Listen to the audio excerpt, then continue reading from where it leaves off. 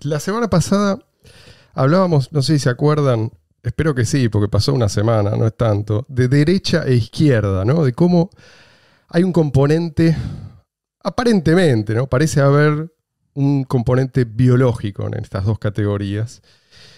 Y es un componente peligroso, ¿no? Es algo que conviene mantener a raya si no queremos terminar entregados a la ley del más fuerte. Y es curioso, yo pensaba que mucha gente piensa que el Estado es o funciona como una defensa contra los que aspiran a imponerse por la fuerza. Cuando el Estado es precisamente lo contrario. Es lo que esa gente usa para imponerse por la fuerza. Tiene el monopolio de la fuerza. Exacto. Y eso es magnético para cierta clase de gente. Por eso hacíamos referencia a los orígenes de esta división izquierda-derecha, más allá de su manifestación moderna, digamos. Porque la división es real. Es una división profunda que tiene, como decíamos, un componente biológico, que obviamente no es el único, y es entonces una ingenuidad plantear soluciones políticas para esta división. O sea, si bajamos hasta los estratos más profundos de nuestra naturaleza, si nos guiamos únicamente, digamos, por nuestra parte animal, lo único que cada uno de nosotros está intentando hacer es reproducir las condiciones del entorno en el que cada uno prospera. O sea, hay gente que se siente atraída por entornos caóticos, inestables, ¿no? En los que todos están permanentemente en riesgo de morir de manera impredecible. ¿Por qué? Porque es en ese contexto que tienen probabilidades más altas de reproducirse. O sea, una de estas personas va a tener sexo con muchas mujeres y va a desaparecer. O sea, no se va a quedar a criarlos. Van a sobrevivir pocos de sus hijos, pero los que sobrevivan van a llevar sus genes. Entonces, éxito reproductivo. Y en ese mismo entorno, una persona diferente, digamos, una persona responsable, seria, dispuesta a sacrificarse por su familia, a ahorrar para tratar de asegurar un buen futuro para los hijos. En fin, esta persona va a ser un fracaso reproductivo. Y esto no sería un gran problema, digo, que cada uno haga lo posible para reproducir esas condiciones que los favorecen biológicamente. No sería un gran problema si no fuera porque tenemos al Estado como instrumento que puede ser usado para imponer un modelo a todos, incluyendo a los que se ven perjudicados.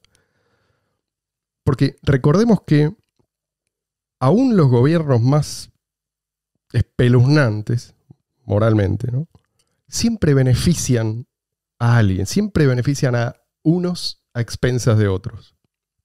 Siempre hay gente beneficiándose. Si vos sos un tipo medio tarado, sos un tipo improductivo, inconstante, quizás puedas hacerte lugar en el partido que circunstancialmente se adueñó del poder en tu país. Y justamente son esos los que más se unen a esos grupetes. Porque no tienen otra cosa que hacer, no saben hacer otra cosa y se acumulan todos ahí. ¿Y cuál va a ser tu mérito? Nada. Quizás tu mérito puede llegar a ser haber delatado a alguien. ¿Sí? Sí, Luis. Eso me recuerda a un dicho político de mi país que dice: no me den, pónganme donde hay. Claro. Esa es la mentalidad del político venezolano. Y puede que llegues muy alto en la jerarquía. O sea, tengamos en cuenta esto, pues, fundamental. Los peores entre nosotros tienden a ser también los más interesados en el poder estatal. O sea, en obtener algo de otros sin aportar valor primero, porque tienen poco o nada que aportar. Entonces siempre va a haber gente intentando hacerse con el poder o acercarse a los que tienen el poder en un determinado momento. O sea, esto es... Yo lo veo como inevitable. O sea, con cualquier excusa van a seguir tratando de ganar cada vez más control. Van a seguir haciendo lo posible para exprimir a la clase productiva, para silenciar a los disidentes, en el mejor de los casos, ¿no? Solamente silenciarlos. Bueno, este tipo de cosas, ya sabemos lo que hacen, y siempre va a haber apologistas del régimen. Y siempre va a haber intelectuales legitimadores del poder político, porque siempre va a haber demanda de legitimación. O sea, a la larga, para los poderosos, esto es más importante que el poder, que la fuerza bruta misma, que las armas. Porque es lo que les permite usar las armas de manera totalmente arbitraria. Y quedar como los buenos de la película. Y justificada, claro, lo que lo justifica. Si vos ignorás estas cortinas de humo verbales, ¿no?, que siempre están arrojando los intelectuales anticapitalistas, sea de derecha o de izquierda, vas a ver que los aspectos de la sociedad que ellos rechazan siempre son los que les impiden a ellos convertirse en mandamases. O por lo menos en cortesanos de los mandamases de turno. O sea, vas a ver que no hay debate. A esto quiero llegar. O sea, aunque a veces simulen que les interesa el punto de vista contrario, ellos apelan al Estado, apelan a la fuerza bruta, precisamente porque no tienen razón. Y yo me animo a decir que esto demuestra que ellos ya saben que no tienen razón. Ellos están defendiendo sus intereses. Cualquier discusión se transforma en ataques, en ad hominem o cualquier otro tipo de falacia en cualquier debate, ¿no? Y, sí. O sea, nunca hay un verdadero debate, esa es la realidad. ¿Por qué apelan a esas estrategias? Porque sin el paraguas del Estado, ellos no sirven literalmente para nada. O sea, nadie los contrataría, nadie interactuaría voluntariamente con ellos para obtener algo a cambio. Igual sí podrían, sí podrían contratar. A ver, yo una vez dije, ¿por qué hay tantos políticos así o también, como vos decías, propagandistas? Pero sobre todo los políticos, aunque no sean los de primera línea, segunda línea, tercera línea, un legislador de tercera línea. Porque vos podés elegir entre trabajar en una panadería, que quizás, o manejar un taxi, que quizás eso podría llegar a ser, quizás hay alguno que ni eso, pero ponele, supongamos que sí, y que nadie te conozca, que nadie te aplauda, ganan un salario normal, ganar un salario bastante jugoso, pero no solo eso, tener reconocimiento y que la gente te aplaude, porque hay políticos incluso que se meten con mucho dinero en política, que ya. Pero también ese aplauso, sí, esa valoración es también lo que aspiran. Entonces vos tenés por un lado ser panadero y por otro lado ser prácticamente un héroe para muchos, sí, aplaudido, es una cuestión de estatus también, ¿no? Sobre todo para los intelectuales. Entonces obviamente que van a elegir esto y lo van a defender con unos incidentes, crean o no. Pero vos fíjate que eligen, para los aplausos eligen la política y no, por ejemplo, la actuación o la música o eso, porque eso hay que trabajar para eso, hay que tener un talento. Talento y hay que destacarse para que te vaya bien, hay que ser competente. Claro. Y que el público te elija voluntariamente, porque el tema de los políticos, como vos decís, Leandro, es los aplausos, pero además aplausos de gente que muchas veces aplaude porque no le queda otra, porque después del aplauso viene el choripán y la cerveza, ¿no? O sea. Claro. De hecho, los músicos fracasados o los artistas fracasados son los que más se ponen o que están de capa caída, digamos, que eran buenos pero empezaron a caer, o que eran muy famosos o que tenían mucho éxito. También se ponen generalmente del lado del gobierno. Y pronto lo veremos ahí a Diego, tal cual, a nuestro ex integrante, digamos, aplaudiendo a Alberto, al presidente argentino. Bueno, esto nunca veremos eso.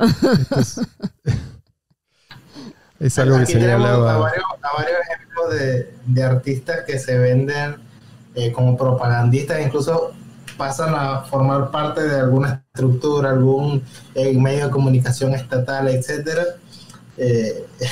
Y la verdad es que la imagen que dan no es de que sean los más exitosos o los más virtuosos o los que están repuntando en su carrera, ¿no? Yeah. Sino, bueno, alguien que ya iba en caída y no le quedó más que ser el presidente del canal estatal que nadie ve. Correcto, correcto. El ejemplo de Diego Maradona. Bueno, pero Diego Maradona por lo menos puede vivir de éxitos pasados. Pero hay mucha gente que probablemente en una sociedad libre no recibiría ni limosnas, ¿sí? Vos podés ser improductivo, pero recibir donaciones, ¿sí? Podés ser beneficiario de la caridad. Pero esta gente no está dispuesta a medirse en el mercado. A ver, ¿cuál es mi lugar? ¿Qué tengo yo para dar? El mercado es duro en este aspecto y mucha gente encuentra en el Estado este refugio. Así que esta es la razón, me parece, por la cual defienden a muerte esta postura, como decía Leandro recién. Y la razón por la cual la fortaleza de tus argumentos no te va a servir para nada. ¿Ya? Tenemos que aceptarlo. La inmensa mayoría de los, por lo menos de los intelectuales estatistas, no van a cambiar. El Estado no es el resultado de un contrato social, como nos han contado, ¿no? En la primaria, secundaria e incluso en la universidad. No es el resultado de un debate honesto entre intelectuales. Lamento pincharle ese globo, no es así. O sea que hace rato hablabas del contrato social. Sí. Curiosamente la palabra social es esa que le agregas a algo cuando quieres decir exactamente lo contrario. Economía social es antieconómico. Exacto. Estado social de derecho no es Estado de derecho. Y bueno, contrato social no es un contrato. Totalmente. Tal cual. Tomen nota de eso porque cada vez que alguien dice social, ¿sí? Cuiden su billetera. El Estado es el instrumento que usan los parásitos para defender sus intereses. Punto. Aceptemos esto, pero aceptémoslo y defendamos también nosotros nuestros intereses. Pero para eso tenemos que ser conscientes de cuáles son nuestros intereses. Y tenemos que aceptar la conclusión, la dolorosa conclusión de que tener razón no alcanza.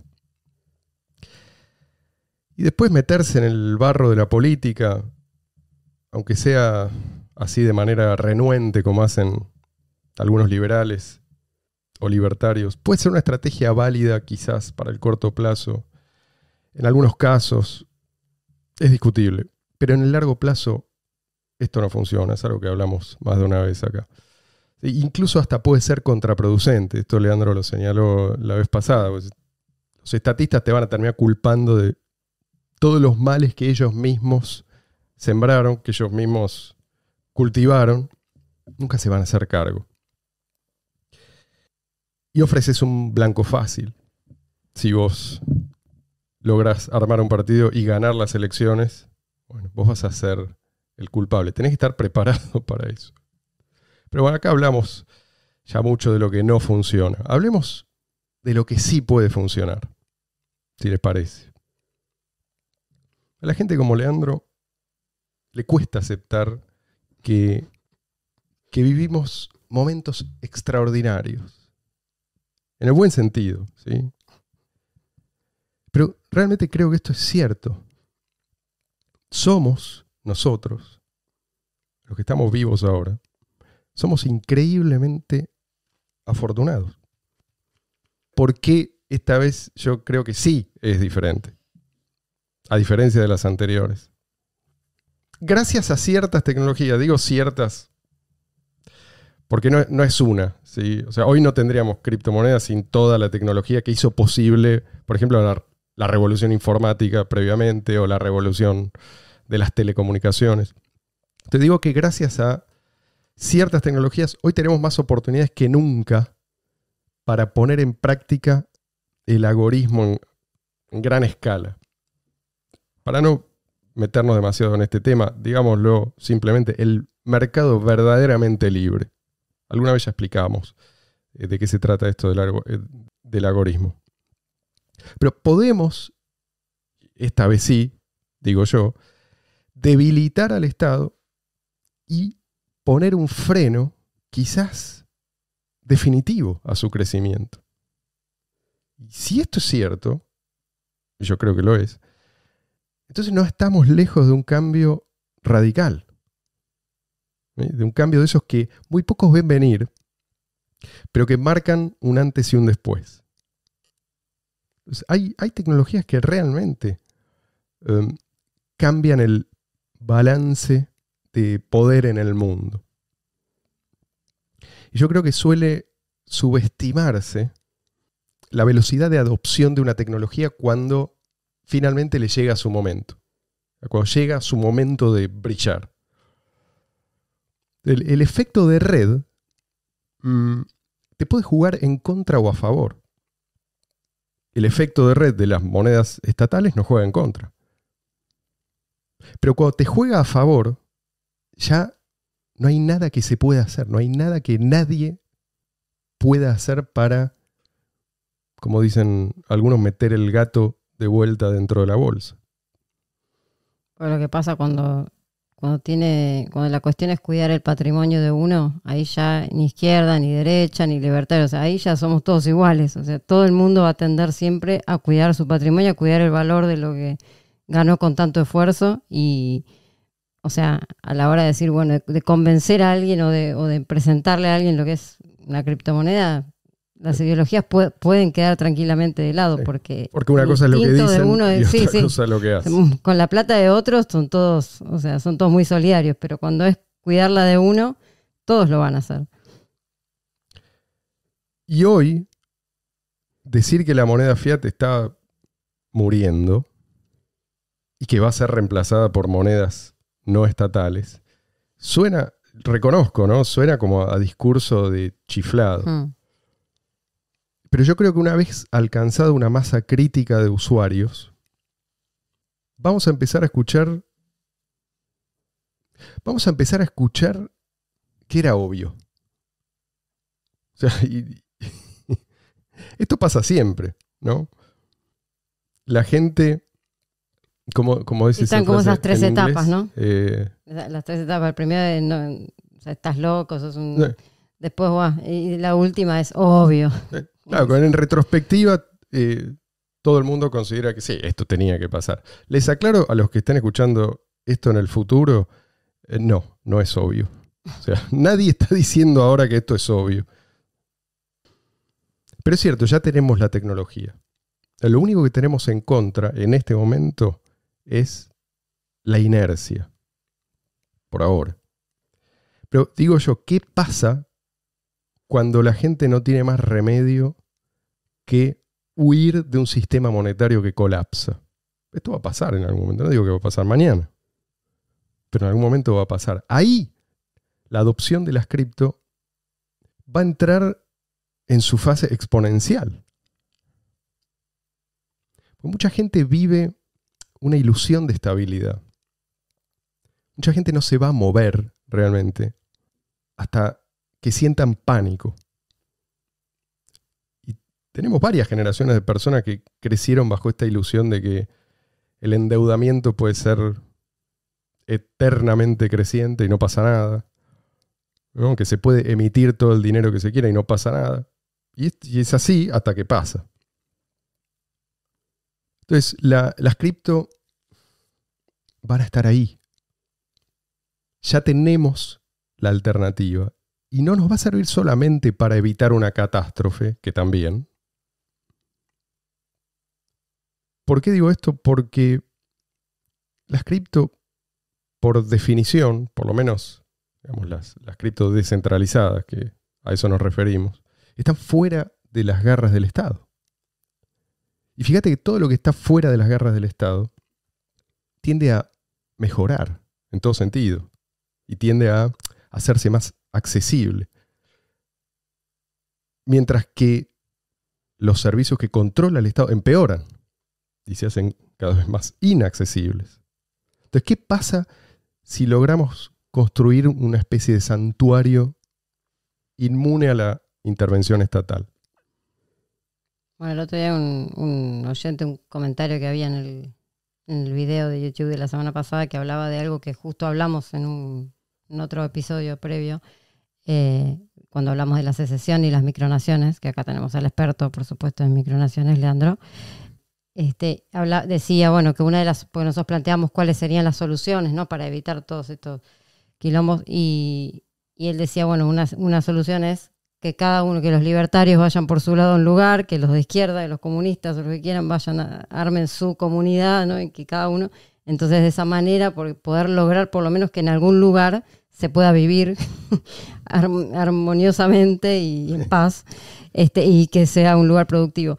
Y entonces, uniendo eso con esto que vos estás diciendo, o sea, la idea de las micronaciones o la idea de la secesión, siempre fue posible, pero hoy en día es mucho más posible, mucho más factible, gracias a las criptomonedas. O sea, tener una micronación o tener un lugar, o sea, físico, ¿no?, pero que no haga falta acuñar una moneda o crear una moneda de cero, y sí usar las que ya tenemos. O sea, es algo que facilita mucho más ese proceso. Esa es una manera de verlo. Otra manera de verlo es que en realidad ese lugar no es necesariamente físico. También. ¿Sí? O sea, estamos hablando de... al hablar de separar definitivamente la moneda del Estado, estamos hablando de separar la economía de la política. O sea, que en teoría podríamos eventualmente liberarnos de la intervención estatal, en gran medida, sin necesidad de independencia geográfica, por así llamarla, ¿no? O sea, pero aún así es un cambio radical. De hecho, creo que por eso es un cambio radical. Y totalmente pacífico, ojo. Esto también es importante, porque en general la independencia o la secesión, no siempre, pero muchas veces se acompaña de ríos de sangre. Eso sería bueno evitarlo, no sé qué le parece. No, sí. Sí, no, además, a ver, lo de las micronaciones y las secesiones a mí me parece realmente muy bueno, achicar, digamos, los tamaños de los territorios, pero es muy difícil porque yo lo he intentado, ¿no? Decir, bueno, separemos en debates, ¿no? Vos te vas por un lado, yo me voy por el otro, cada uno hace la suya y después, en un principio te dicen sí, bueno, como que a vos te va a ir mal y a mí me va a ir bien, pero después cuando seguís hablando y seguís profundizando, en el fondo no lo quieren hacer porque saben que todo lo que pierden, ¿no? Si los productivos se van a un lugar solo, si ellos quedan ahí, ¿de dónde van a sacar los recursos para subsistir? Le puedes dar el mejor territorio, el más fértil, y no le va a servir para nada. Incluso puede ser hasta que sea contraproducente. No me acuerdo quién dijo una vez, Japón es rica porque es pobre.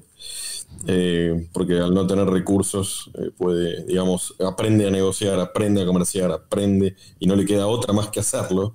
Entonces y aprovechar los escasos recursos máximo. Que tiene al máximo. Exacto, pero con una criptomoneda, esa división, digamos, física o territorial no es necesaria, y ni siquiera se va a enterar lo que estás haciendo. O sea, sí, tal cual. Entonces, o sea, se puede hacer igual por ese lado. Por eso digo que esta es una palabra que muy cargada, ¿no? Revolución. Pero si hay algo que merece llamarse revolución, es esto. O sea, esta es la manera en que la clase productiva se defiende de la clase parasitaria. ¿Sí? Y ojo también con esta palabra, con la palabra clase. O sea, no nos dejemos confundir por la manera engañosa en que habitualmente se usa.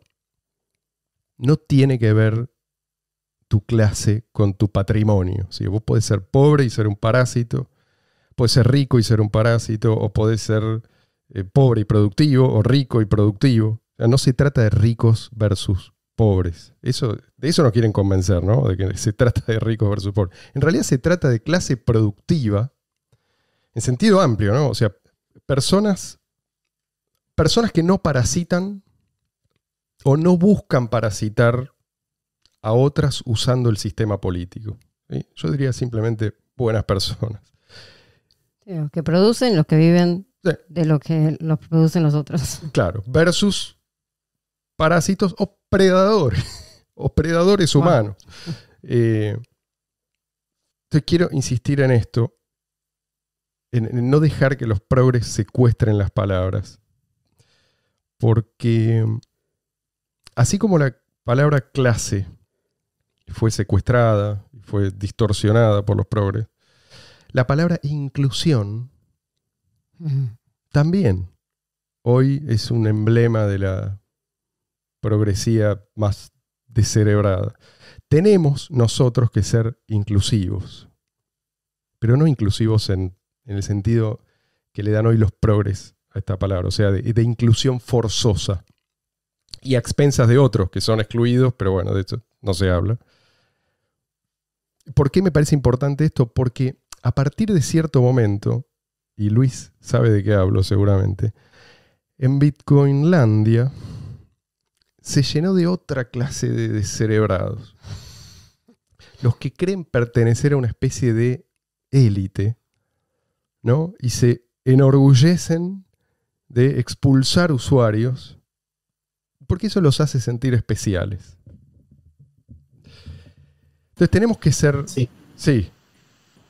¿Creen saber cuáles son las transacciones que deberían estar en la cadena claro. Y cuáles no? Claro. Y por cierto, Marce, ¿sabes qué? Sabiendo que hay otro camino, entonces emprendo ya me convencieron, comienzo a vender los terrenos, las hectáreas de terreno que había comprado para mi principado, pero eso sí, no acepto moneda estatal. Ahí está. Ahí se trabó un poco, ahí está, ahí volvió. Tenemos que ser inclusivos. Porque si usamos una moneda que solo usan unos pocos, o que solo usa la gente que nos simpatiza, esa moneda está condenada a morir. O sea, en rigor nunca va a llegar a ser moneda en realidad. El efectivo electrónico, peer-to-peer, es, decíamos, el instrumento que tiene la clase productiva para defenderse. Pero este instrumento es más poderoso cuanta más gente lo usa. Por eso tenemos que ser inclusivos. Hay mucho en juego acá. Si vos sos partidario de la convivencia pacífica, de la prosperidad, del progreso tecnológico, de mejores servicios en general, de salud, seguridad, justicia, etc. Bueno, esto es lo que el mundo necesita desesperadamente para no retroceder en cada uno de esos puntos. Una moneda imposible de manipular, una moneda refractaria a la intromisión estatal. Pero alguien tiene que explicar estas cosas. Alguien tiene que señalar el camino.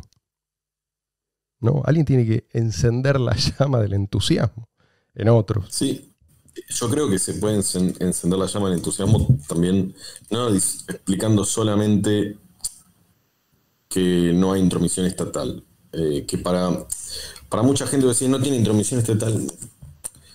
No terminan de entender muy bien cuál sería la revolución ahí, porque para ellos el dinero es estatal, si no es estatal, bueno, no terminan de entender, no les dice mucho eso. Los beneficios que te da una criptomoneda en el día a día, con las transacciones que vos haces día a día, o con los trámites que vos haces día a día, que no los tenés, o sea, esas cosas diarias, rutinarias, con que vos podés hacer con la criptomoneda, que se te complica mucho más con una moneda estatal, incluso lo más digamos pequeño de todo el asunto, como que podés utilizarla a las 24 horas del día, podés hacer una transacción de acá a China por 100 millones de dólares en 10 segundos, sin prácticamente costo, a las 3 de la mañana de un domingo. Entonces, esas cosas son muy importantes, no te pueden confiscar. Sin intermediarios. Claro, sí, no te pueden confiscar. No importa, si a mí una vez por no pagar multas de auto me congelaron la cuenta, no podía sacar plata de la cuenta. Entonces tuve que ir a pagar la multa y que fue una carísima. Entonces, no te lo pueden hacer. Y no importa si la multa está bien puesta o no. O sea. No, obviamente, Claro. obviamente. Eso desde ya. Pero eran multas, a ver, no es que yo maté a alguien, ¿no? O sea, eran multas ridículas, como mal estacionamiento, o sea. Bueno, todas esas cosas no te las pueden hacer. Y esas cosas, los trámites que tenés que hacer para comprar dólares, y poner el nombre en todos lados, o sea, todo eso no está. Hay que fijarse en lo que no está también. Y repito, en lo que es rutinario, y yo creo que de ese modo la gente lo va a entender mucho más y lo va que decir, las manos de un político no van a estar sobre... Estoy de acuerdo, pero para llevar la cripto al común de la gente, hace falta un grupo de gente comprometida. Es decir, gente que sí entienda, porque se hace cuesta arriba. Si vos no tenés claro por qué estás haciendo esto, por qué es importante que la adopción crezca, vas a perder la energía gradualmente o bruscamente, ¿no? Según las circunstancias, pero no vas a mantenerte firme. Sí, no digo que hay que decirlo en lugar de, digo que hay que agregarlo. Sí. Todo, o sea, todo un gran paquete. No, yo comparto, pero digo, hay alguien que diseñó Bitcoin. Hay alguien que se sumó y colaboró. Hay alguien que ayudó, hay alguien que montó distintos servicios, ¿sí? Aprovechando esta novedad. Hay alguien que se preocupó por difundirlo. Hay toda esa gente, si no entiende la importancia de las criptomonedas, si no hubiera entendido la importancia de las criptomonedas, no habría participado de esa manera. A esto voy. O sea, los demás, yo entiendo que la inmensa mayoría simplemente va a adoptar y va a beneficiarse, pero tiene que haber gente con ese espíritu, con ese anhelo de tener un rol importante, ¿no? O sea, de dedicarse a una causa que amerite toda su energía, de ser como, digamos así, parte de una resistencia. Hoy esa gente tiene armas que los estatistas no tienen. Esto me parece que es lo específico de estos tiempos. Pero tenemos que usarlas, tenemos que difundir su uso. No tenemos certeza de que nos va a ir bien. No sabemos si las cripto van a ser adoptadas masivamente. Yo creo que sí. Pero recordemos que si nosotros como especie llegamos hasta acá, hasta este punto, es gracias a que muchos antes que nosotros actuaron sin tener certeza de que les iba a ir bien. En el caso contrario, estaríamos todavía viviendo en la edad de piedra. O sea, yo pienso que la explosión de la adopción es cuestión de tiempo, pero tiene que haber gente dispuesta a encender esa mecha. Alguien tiene que hacerlo. Y vos fíjate qué rápido la gente abandona los servicios estatales cuando tiene acceso a alguna tecnología que permite saltarse la burocracia, ¿no? Cuando tiene una alternativa que es muy superior. Bueno, lo que te iba a decir es eso, que nosotros en este país... Esto puede pasar con la moneda. Sí, que nosotros en este país estamos acostumbradísimos y hartos de la burocracia, hartos de que te metan la mano en el bolsillo, de que te pongan impuestos hasta para, o sea, al cheque, del cheque, tenés, o sea, te dan un cheque y decís, no, por favor, porque voy a tener que pagar más de lo que vale este cheque en impuestos. Entonces, la necesidad también crea esa, o va contra esa inercia que vos decís de todo lo otro, ¿no? La necesidad de zafarse de toda esa maraña que implica la burocracia. Y bueno, eso es algo que nosotros lo conocemos bien. Acá en Venezuela también lo conocen. Y ni hablar del tema de la devaluación de la moneda misma, ¿no? Que es todo otro capítulo. Yo creo que toda esa revolución, digamos, la gran mayoría de la gente no la va a sentir hasta que no lo empiece a hacer. Cuando lo empiece a hacer, porque vos le decís todos los beneficios rutinarios que tiene, después decir, wow. Cuando lo empiece a hacer y vea cómo funciona, decir, wow, realmente estoy haciendo una revolución. porque puedo hacer 10.000 millones de cosas que antes no hacía o me lo prohibían. Entonces creo que va a llegar por inercia, no es necesario, obviamente que es necesario la explicación esta que estás dando, pero yo creo que la gran mayoría de la gente se va a dar cuenta por inercia. Sí, pero hay mucho trabajo antes de que la gente pueda disfrutar esos servicios. Sí, Luis. Sobre lo que decía Leandro, es que la experiencia habla mucho más que las palabras. O sea, una vez que usas criptomonedas, no te dan ganas de andar en un banco haciendo transferencias. Si tienes que adquirir dólares en efectivo, es un gran problema. Ojalá las otras alternativas sean tan fáciles como bajarse una aplicación y tener tu propia wallet. Ojalá pudiera, por ejemplo, bajarme una aplicación y tener un pasaporte. Todavía no hemos llegado ahí, pero bueno, la tecnología creo que lo podrá hacer pronto posible. Sí, el punto es que hoy tenemos la tecnología que nos permite romper no solamente las barreras de acceso a la información, digamos, las barreras geográficas, también las barreras al libre intercambio. La tecnología ya está. Entonces, más nos vale aprovecharla, porque si no lo hacemos, bueno, ya sabemos cómo termina la historia. Y si lo hacemos, yo creo sinceramente que después de la resaca del estatismo, de esta borrachera de deuda y de emisión descontrolada, empieza una nueva etapa para la humanidad.